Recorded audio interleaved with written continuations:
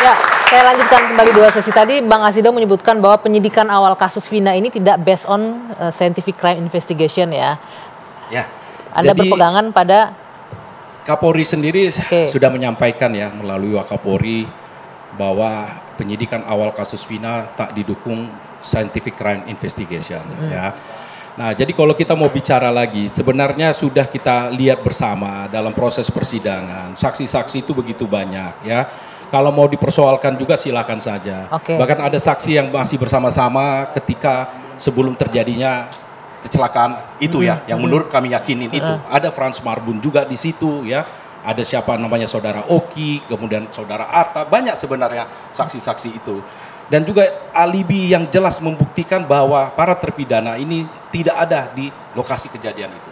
Jadi tidak ada kaitannya. Makanya besok kami ada pemeriksaan setempat juga.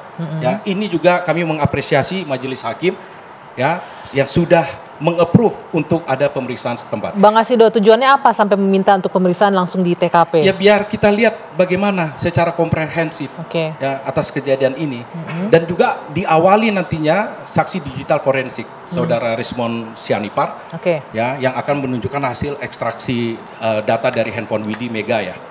Saya mau ke Pak Fredrik. Pak Fredrik, ini kalau kita melihat PK besok bahkan hakim menyetujui untuk langsung datang ke lokasi untuk melihat secara langsung, termasuk mempertegas pernyataan saksi ahli kemarin Dr. Mayasari yang menyebutkan bahwa dari mata normal itu sebenarnya nggak bisa melihat sosok wajah atau face recognition dalam jarak radius 50 meter ya.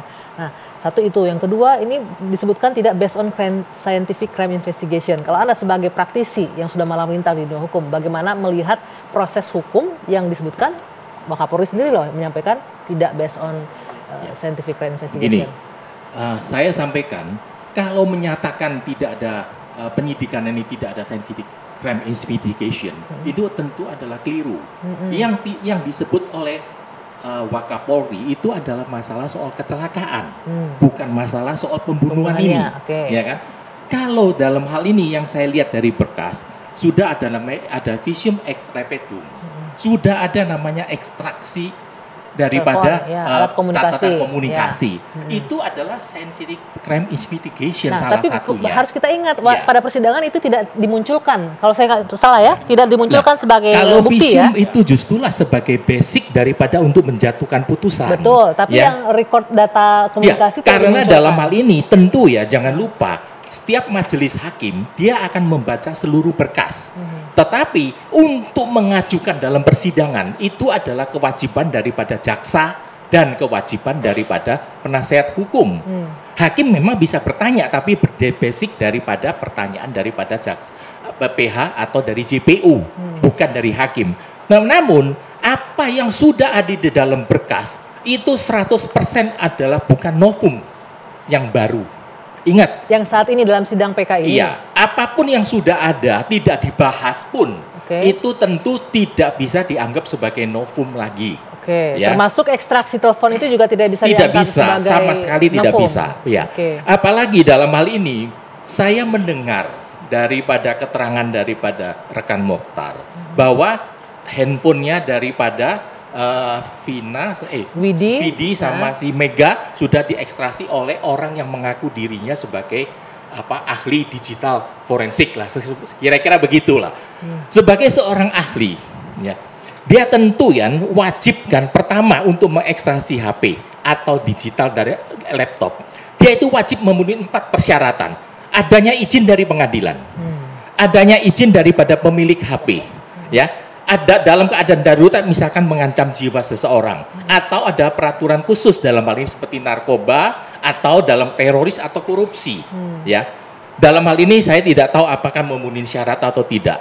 Sebentar kita tanya tim Bang Asido, Bang Muhtar itu melewati izin pengadilan nggak untuk ekstraksi jadi gini, alat komunikasi? Ada beberapa poin yang perlu saya luruskan ke Pak Fredrik ya. Yang disebut oleh pihak Kepolisian Republik Indonesia bahwa peristiwa ini tidak didukung dengan bukti scientific crime investigation. Itu adalah peristiwa 2016 yang jalurnya jalur pembunuhan. Karena mohon maaf Pak Fredrik, jalur kecelakaan ini baru timbul beberapa bulan kemudian. Dan itu pernyataan Kapolri yang diwakili oleh Wakapolri itu pernyataan yang disampaikan jauh-jauh hari sebelum bulan Juli. Saya masih ingat. Karena antara Juni-Juli itu adalah sidang pra-peradilan klien saya, Peggy Setiawan. Nah, itu pernyataan itu disampaikan sebelum sidang pra-peradilan. Dalam hal ini yang perlu saya jelaskan. Peristiwa ini tidak didukung dengan scientific crime investigation. Oke, tapi dalam hal ini yang harus jelas tahu Pak, dalam hal ini Wakapolri bukan dalam Kapolri, jangan disebutkan Kapolri.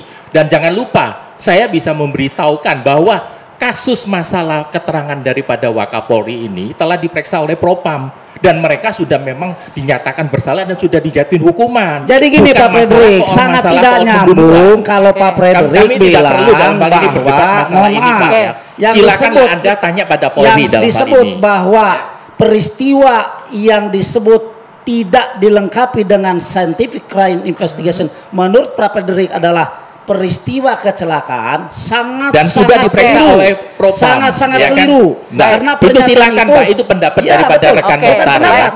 Ini Pak, saya akan tambahkan Pak pertanyaan daripada ya di sini. Kalau tadi Pak Frederick, mohon maaf nih, katanya HP-nya Widi diekstraksi oleh seorang ahli. Itu setahu saya dan Pak Jutek Bongso menyampaikan itu adalah atas seizin majelis hakim. Sudah izin ya, dalam hal ini kan saya bilang Pak, ada. Silakan Pak, itu diberikan. Saya hanya menyatakan harus memenuhi persyaratan. Sudah dipenuhi persyaratan. Sudah disetujui oleh sekarang saya jelaskan Pak, siapa yang bisa dalam hal ini diklasifikasikan sebagai ahli digital?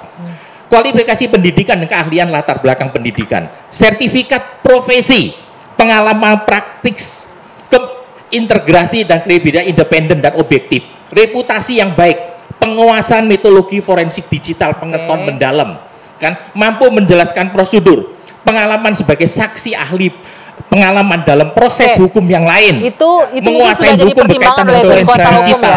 Ini adalah wewenang dan tanggung jawab dari majelis hakim, bukan saya. Saya cuma hanya menjelaskan apakah dia sudah terjawab Pak Frederick, sudah atas izin majelis hakim persyaratannya sudah terpenuhi ya. Oke, baik, tahan dulu sebentar. Saya masih akan mencoba untuk berkomunikasi dengan Mega. Tadi ada yang menarik yang saya dapatkan dari Mega mengenai kondisi di hari meninggalnya Vina dan Eki ya, Mbak Mega ya, menyatakan bagaimana hubungan Vina dan Eki. Tapi nanti kita bahas itu, kita jeda dulu sejenak. Dua Sisi akan kembali saat lagi.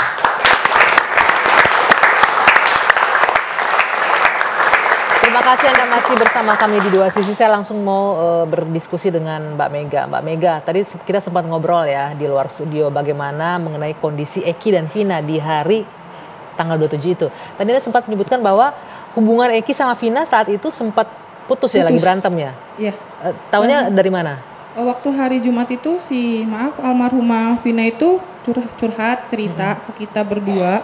Kalau misalkan mereka berdua itu lagi putus gitu, ada cekcok, salah satu cekcok.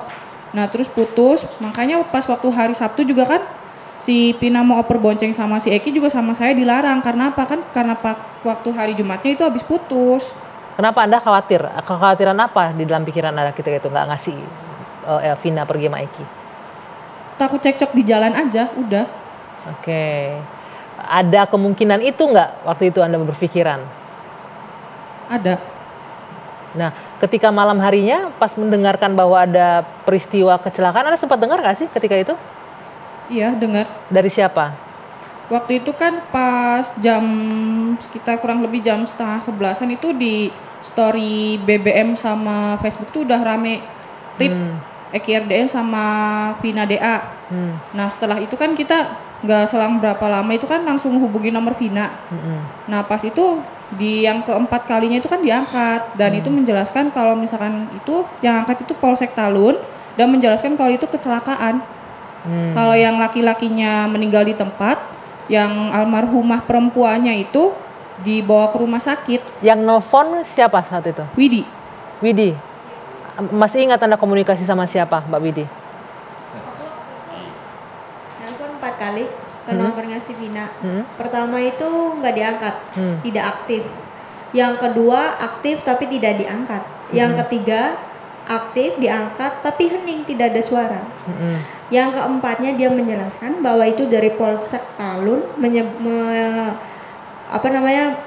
ngomong sama saya sama si Mega itu kecelakaan tunggal, yang perempuannya dibawa ke rumah sakit Gunung Jati, yang laki-lakinya meninggal di tempat.